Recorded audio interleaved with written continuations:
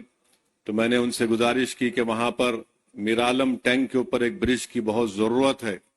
ہم لوگ تو نہرو زو سے آرام گھر تک ایک فلائی اوور بن رہا ہے، مگر یہ برج کی ضرورت ہے. تو الحمدللہ ابھی CM صاحب مجھے بتائے ہیں کہ انہوں نے اس کی ٹیکنیکلی منظوری دی ہے، اور انشاءاللہ تعالی وہ برج کا بھی عنقریب میں حکومت کی طرف سے اس کو منظوری مل جائے گی. میں چیف منسٹر صاحب کا شکریہ ادا کرتا ہوں. اور راستے میں نے CM کو بتایا کہ ہم کو یہاں پر جو حیدرآباد شہر ہے، حیدرآباد کا دل یہ علاقہ ہے، یہاں پر ہم کو عثمانیہ ہاسپٹل ایک نیا بنانے کی ضرورت ہے. تو میں پھر سے CM صاحب کے درمیان میں، عوام کے درمیان میں کھڑے ہو کر آپ تمام کی طرف سے یہ گزارش کروں گا کہ عثمانیہ ہاسپٹل کی ایک نئی بلڈنگ بنائی جائے. اور جو جیل ہمارے پاس ہے، چنچرگوڑا کی جیل، وہ اب شہر میں آ چکی ہے. اگر حکومت اس کو شہر کے باہر کسی جگہ پر منتقل کرے اور اس جیل چنچرگوڑا کی زمین کو وہاں پر KG سے PG کیمپس ایک بنائیں گے تو اہلیان حیدرآباد کے پارلیمانی حلقے کے لوگوں کو ایک بہت بڑا اس سے فائدہ ہوگا. اور ہمارے اس پیٹلا برج پر ایک سٹی آرم ریزرو ہے، اس کو بھی شہر حیدرآباد سے باہر اگر لے کے جائیں گے تو زمین کو بھی آپ استعمال کر سکتے ہیں. تو یہ میں امید کرتا ہوں کہ چیف منسٹر اس پر غور کریں گے. اور آخر میں چیف منسٹر صاحب، آپ نے DSC کا اعلان کیا، میں آپ کا شکریہ ادا کرتا ہوں. اردو میڈیم کے پوسٹ کو اگر آپ ڈی ریزرو کریں گے تو اس سے جو بچے اس ڈی ریزرو اگر نہیں کریں گے تو کئی پوسٹ خالی جائیں گے. جو کانسٹیٹیوشنل پروویژن ہے اس میں ریزرویشن کرنا پڑتا ہے. حکومت کے پاس ایک اختیار ہے کہ اس کو ڈی ریزرو کرے تو جو دوسرے بچوں کو بھی اردو میڈیم پوسٹ کا فائدہ ہوگا. اور آج چیف منسٹر حلقہ اسمبلی کاروان میں 20 کروڑ کی لاگت سے ایک ٹیمرس کے اسکول کی بلڈنگ کا بھی افتتاح کیے. میں اس کا بھی شکریہ ادا کرتا ہوں. اور ہم وزیر اعلیٰ سے امید کرتے ہیں کہ آپ ان تمام کاموں کی طرف آپ نظر ثانی کریں گے.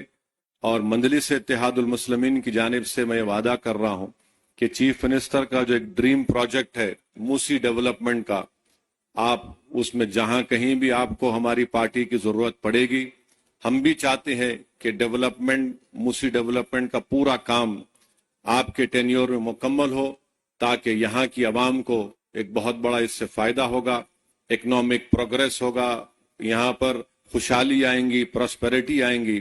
اور ابھی ہم کو NVS ریڈی صاحب CM کے سامنے بتائے کہ نہ صرف یہاں پر میٹرو کا اسٹیشن بنے گا، بلکہ چندرائن گٹا سے جو ناگول سے ایئرپورٹ کی لائن آئے گی، وہ انشاءاللہ یہاں سے چندرائن گٹا سے میلاردو پلی اور پھر میلاردو پلی سے ایئرپورٹ.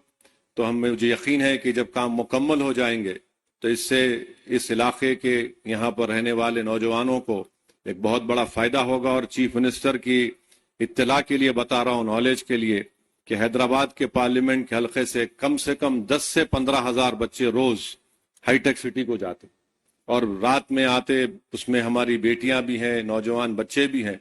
تو میں CM کا، جناب ریونت ریڈی صاحب کا دل کی گہرائیوں سے آپ کا ویلکم کرتا ہوں. اور مجھے یقین ہے کہ انشاءاللہ تعالی 2028 سے پہلے آپ آ کر آپ اور ہم اس ٹرین میں بیٹھ کے آئیں گے انشاءاللہ تعالی، جبلی بس سٹینڈ سے لے کر یہاں تک انشاءاللہ. کیونکہ ایئرپورٹ کا کام تو لمبا ہے، مگر مجھے یقین ہے کہ وہ کام بھی پروگریس ہوگا. میں جانتا ہوں ریونت ریڈی بڑے ضدی آدمی ہے اور ان کی ضد ان کو یہاں تک لے کر آئی. اور ہم بھی، ہماری پارٹی کے لوگ بھی سر پھرے ہیں، مگر عوام نے ایک فیصلہ دیا ہے. عوام نے ایک فیصلہ دیا ہے، ہم اس فیصلے کا احترام کرتے ہیں. اور ریونت ریڈی صاحب، آپ پورے آرام سے 5 سال کام کریے. تلنگانہ کی ڈیولپمنٹ کے لیے، تلنگانہ کے پروگریس اور پراسپیرٹی کے لیے MIM پارٹی آپ کے ساتھ کھڑے رہیں گی. بہت بہت شکریہ.